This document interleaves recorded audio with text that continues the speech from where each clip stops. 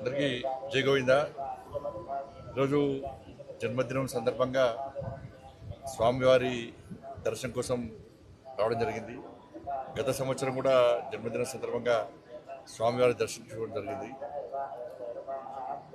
ప్రతి ఒక్కరూ సుఖ సంతోషాలతో ఉండాలని చెప్పి, అందరి కష్టాలు తొలగిపోవాలని చెప్పి, ఒక ప్రశాంతమైన వాతావరణంలో జీవించాలని చెప్పి, ఈ దేశం కోసం, సనాతన ధర్మం కోసం, ఈ సమాజం కోసం అందరూ కలిసికట్టుగా ఉండాలని చెప్పి, ఎవరికి ఏ కష్టం వచ్చినా, ఏ ఆపద వచ్చినా ఈ ధర్మ పరిరక్షలో ఒకరికొకరు చేదోడు వాదోడుగా ఉండాలని చెప్పి, ఆ శక్తిని, సామర్థ్యాన్ని, ఆ ఆలోచనను కల్పించాలని చెప్పి ఆ స్వామివారిని వేడుకోవడం జరిగింది.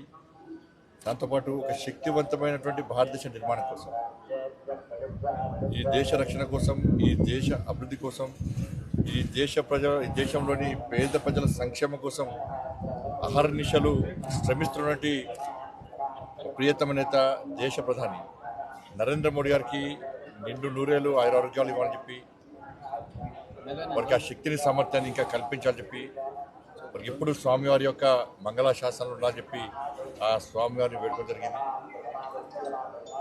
దాంతోపాటు టీటీడీ సంబంధించి మా భానుప్రకాష్ గారు టీటీడీ బోర్డు మెంబర్గా ఉన్నారు. సరే, అనేక అంశాల మీద వారు మొదటి నుంచి కూడా గతంలో భారతీయ జనతా పార్టీ నాయకులు ఉన్నప్పుడు కూడా అనేక సమస్యల మీద ఫైట్ చేసేటువంటి అనుభవం వరకు ఉంది, ప్రశ్నించేటువంటి స్వత్వం వారి ఇప్పుడే వారికి కూడా జరిగింది.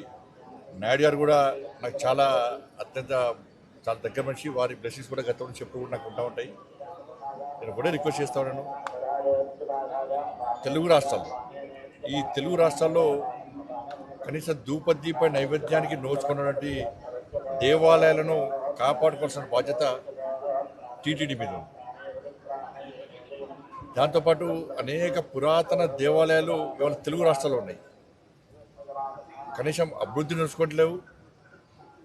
భక్తుల మాత్రం చాలా పవర్ఫుల్ సెంటిమెంట్ టెంపుల్స్ అవన్నీ కూడా, కానీ ఎలాంటి అభివృద్ధి నోచుకోలేక, నిధులు లేక చాలా ఇబ్బంది పడుతున్న తరంలో వాటిని గుర్తించి ఆ దేవస్థానాలు కూడా సంవత్సరానికి వస్తారు, సంవత్సరానికి 2 సార్లు జాతరలు జరుగుతూ ఉంటాయి, ఉత్సవాలు జరుగుతూ ఉంటాయి, లక్షలాది మంది భక్తులు దర్శించుకుంటారు.